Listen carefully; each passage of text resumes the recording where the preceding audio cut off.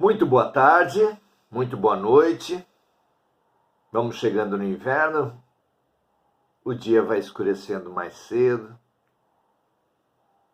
mas a gente se mantém integrado, junto, nesse nosso exercício do oração-ação. Superando o dilema teoria e prática,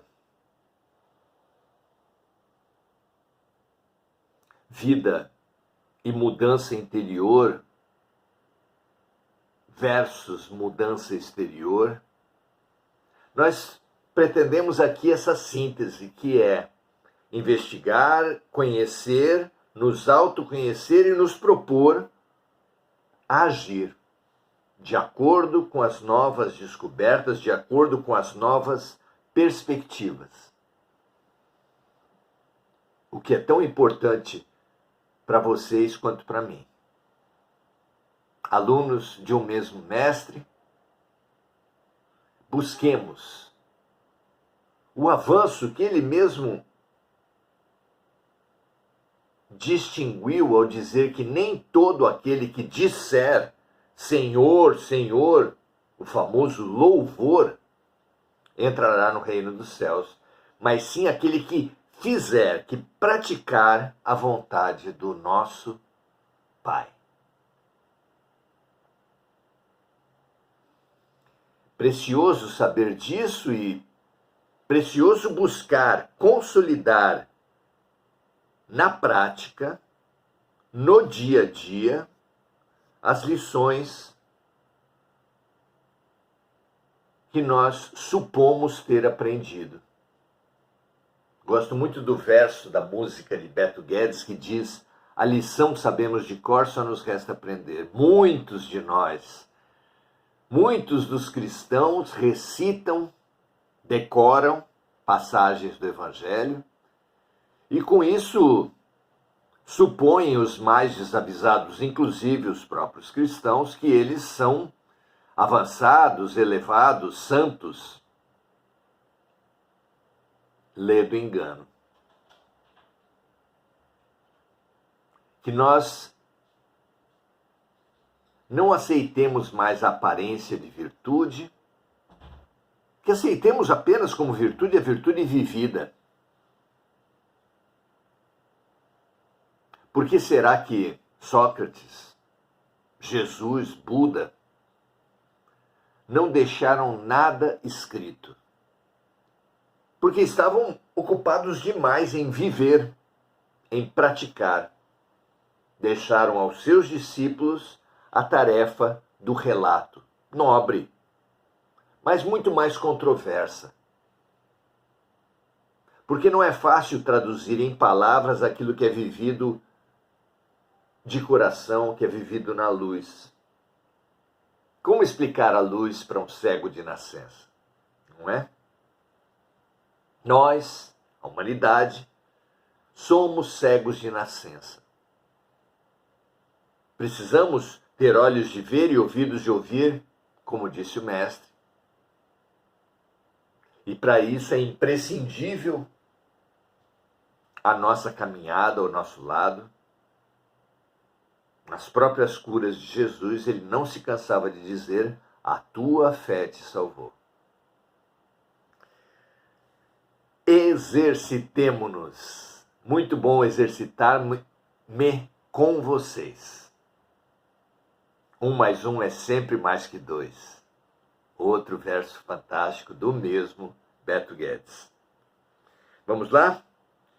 Estamos usando como roteiro de viagem nesses nossos tempos o livro Consolador de Francisco Cândido Xavier, psicógrafo, autoria espiritual de Emmanuel. É um livro que se propõe a passar em revista todo o conhecimento humano, o básico do conhecimento humano, nas suas vertentes científicas, filosóficas e religiosas, através de perguntas e respostas, 411 perguntas e respostas. Vamos lá? Estamos ainda na parte científica e no dia de hoje, a pergunta que se faz a Emmanuel, já numa interface entre o científico e o religioso, é por quê não se encontra nos textos sagrados previsões dos fatos marcantes que aconteceriam depois. Na verdade, na pergunta, especificamente se quer saber das descobertas de novos continentes que aconteceriam muito tempo depois de Jesus. Vamos ver a pergunta? Pergunta número 89. Por que razão não existe nos textos sagrados uma notícia positiva das terras descobertas posteriormente à vinda de Jesus à Terra?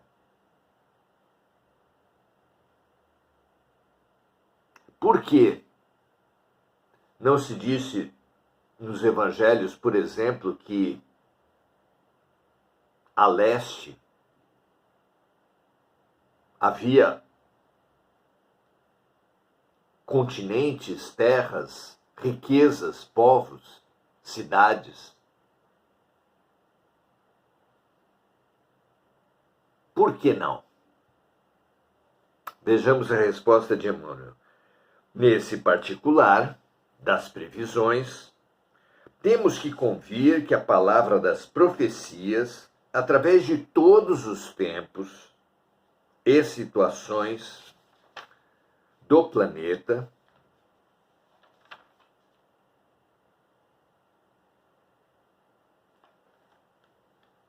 como eco das regiões divinas, a previsão é um eco do alto da luz das regiões divinas, não teve em mira senão a edificação do reino de Deus nos corações. Então, a razão de ser das previsões está aqui colocada. A edificação do reino de Deus nos corações das criaturas humanas. Só pode se bem apreciar as previsões a partir dessa finalidade. Por quê? Jesus não previu que o homem chegaria à Lua, que descobriria a América, que descobriria a bomba atômica? Por que não? Repisando a resposta, a palavra das profecias não teve em mira senão a edificação do reino de Deus nos corações, desprezando as fundações humanas precárias e perecíveis. Todavia, no descobrimento das revelações, encontrareis notícias das novas terras, posteriormente descobertas.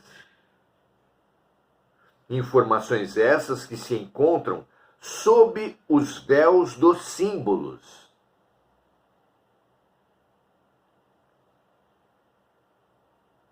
Como aconteceu com todas as demais notificações que o Velho e o Novo Testamentos legaram ao homem espiritual.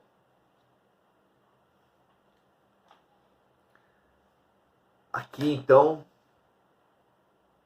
temos a diferença entre o humano e o divino, claramente colocadas. O humano imagina na dimensão espiritual, na revelação espiritual, nas profecias, o espetáculo, o acerto bombástico, o escândalo espiritual.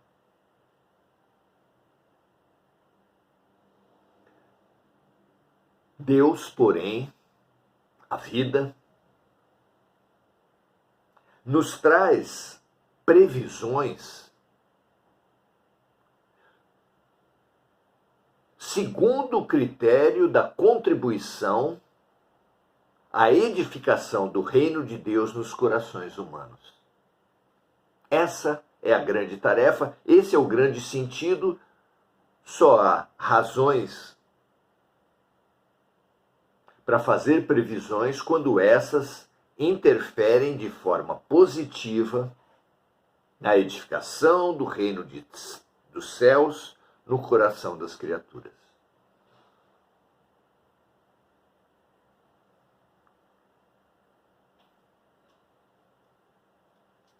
Primeiro ponto é esse.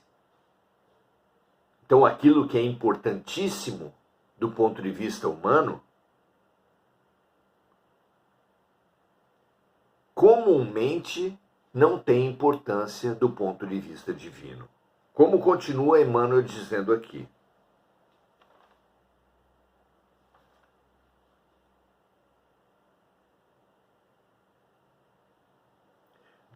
Então não teve em mira senão a edificação do reino de Deus nos corações, desprezando as fundações humanas precárias e perecíveis.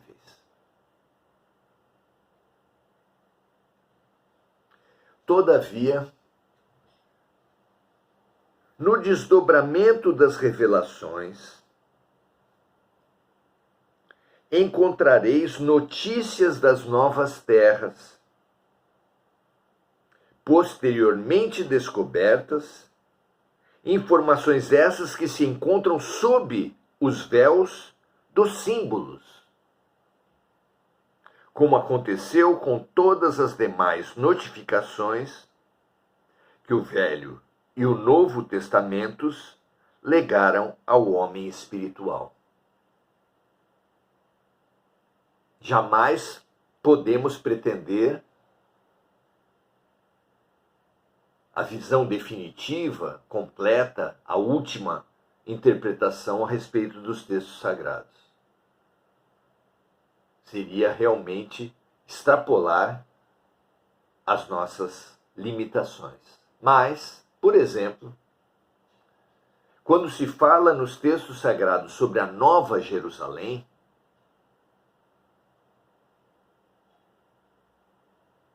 segundo a revelação do próprio Emmanuel e de Humberto de Campos no livro Coração do Mundo, Pátria do Evangelho, se falava de uma nova civilização, que seria a esperança que condensaria e simbolizaria a esperança da nova humanidade depois de Jesus. Em Brasil, Coração do Mundo, Pátria do Evangelho, fica claro que a Nova Jerusalém prevista é a América do Sul, especialmente o Brasil. Algo que é claro, o rebaixamento das vibrações no nosso planeta, gerado especialmente pela intolerância política e pela intolerância e radicalização e fanatismo religioso, tem colocado em xeque. Hoje já há dúvidas justificadas e geradas pelo comportamento dos brasileiros se realmente o Brasil vai ocupar a posição da Nova Jerusalém. Concentrar, acolher, estimular, fortalecer as esperanças do reino de Deus, que depois os espíritos chamaram de mundo de regeneração. A Terra está transitando entre mundo de provas e expiações, ou seja, da dor, para o mundo de regeneração, ou seja, da boa vontade, que será marcado por uma muito maior obediência da humanidade aos mandamentos de Deus, exatamente por isso chamado por Jesus de reino. Reino é um pedaço de terra, um território, cujos habitantes obedecem a um rei. É exatamente isso que está acontecendo na Terra. Nós estamos mudando para um estágio onde permanecerão na Terra apenas os habitantes, almas, espíritos encarnados e desencarnados, que tenham por característica a boa vontade na busca da obediência aos mandamentos divinos. Então, a informação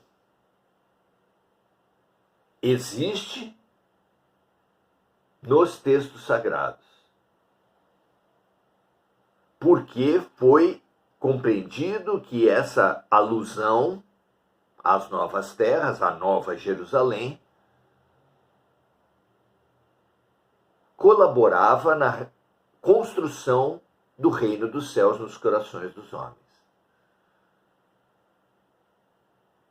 Mas, conforme a própria pergunta apontou, é bem possível que essa revelação não se encaixe dentro das expectativas humanas, que querem definições evidentes, reais, objetivas, o que muitas vezes não é possível, porque entre o alto espírito que quer revelar, quer trazer uma revelação para a Terra, e a humanidade, há o próprio profeta. O profeta é um ser humano comum, apenas que dotado de poderes paranormais, de poderes mediúnicos. Mas moralmente tem um grau de elevação semelhante ao da humanidade. Essas imperfeições dos profetas condicionam, reduzem a própria revelação. É comum e é compreensível que aconteça isso. Do mesmo jeito que um instrumento de baixa qualidade limita a expressão de um músico, e assim em todas as áreas, na cozinha, na limpeza, na condução de veículos, se o veículo é muito limitado, não adianta ter um excelente piloto, porque podem acontecer acidentes e podem acontecer viagens muito lentas. As duas condições são necessárias. Então, compreende-se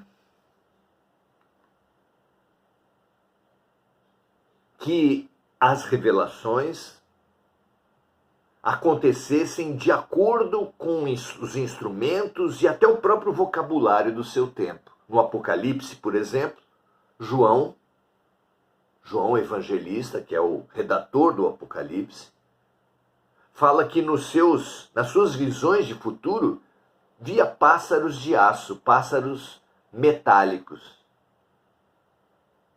Como ele podia descrever o avião? Jesus, no sermão profético, falou da pandemia, mas a palavra pandemia ele não podia usar, porque não existia àquele tempo.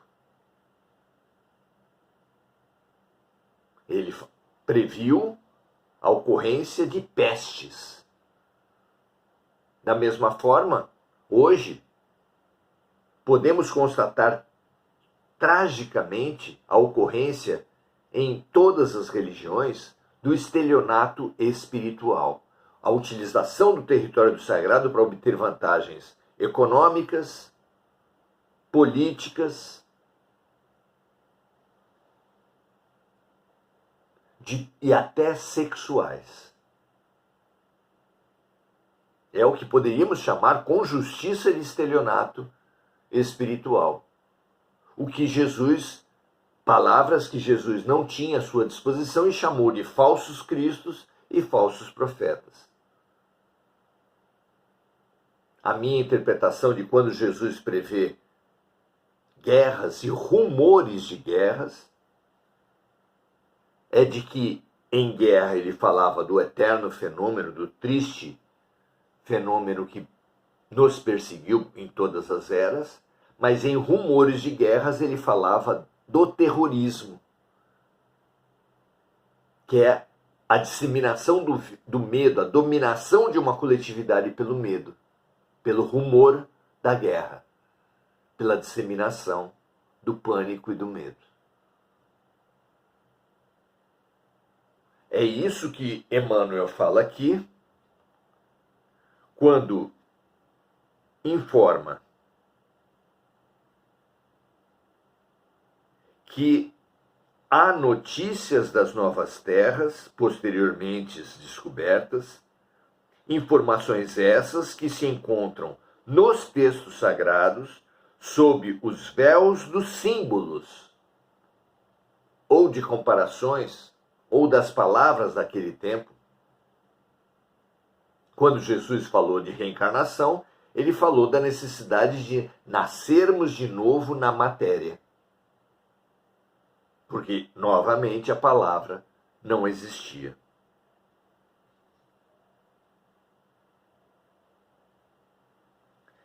Vejam vocês as dificuldades que é falar de um tempo posterior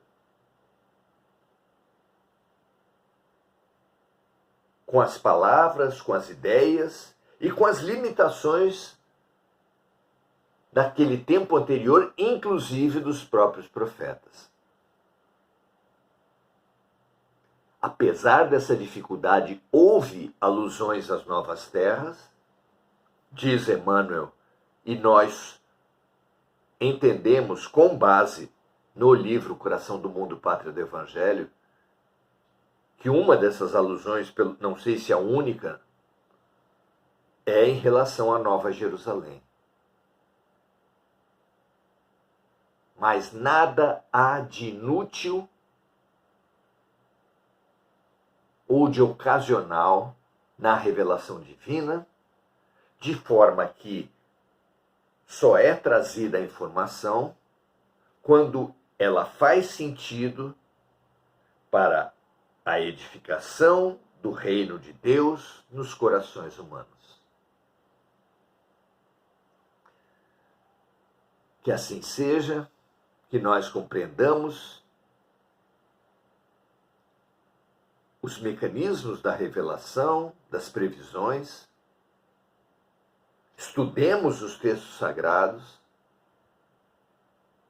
evitemos os erros que o mais alto quer evitar ao nos avisar, como uma mãe que, ao ver o filho sair, o alerta para a possibilidade de chuva, quer apenas proteger o seu filho.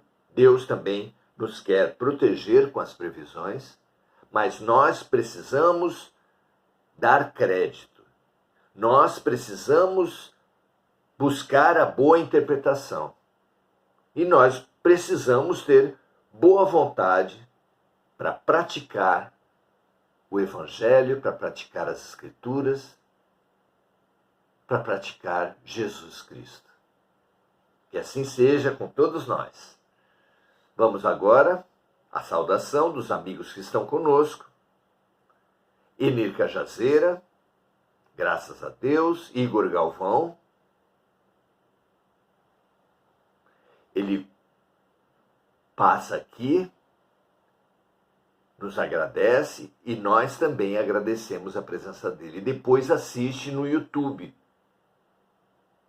O que nós convidamos todos os amigos. Temos um canal no YouTube com o mesmo nome que tem aqui, Maurício Zomignani, onde colocamos todo o nosso material, não apenas tudo que postamos aqui no Facebook, todos os vídeos que postamos no Facebook, mas também produções exclusivas do canal no YouTube. Vá lá, inscreva-se. É de graça e pode ser útil para você. Rosângela Haltman, dando seu boa noite. André Santos também, Enir Cajazeira também, Adelaide Dias também. Muito prazer ter todos vocês aqui.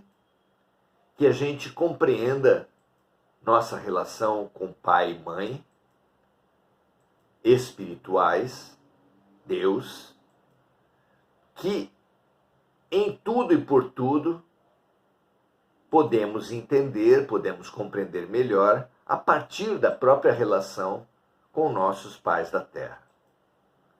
Não foi à toa que Jesus foi o primeiro dos avatares, dos profetas, ao chamar Deus de Pai, Paizinho, Pai nosso que está nos céus. Um grande abraço a todos, até a próxima. Se entender que pode ser útil, compartilhe. Estamos juntos e até amanhã.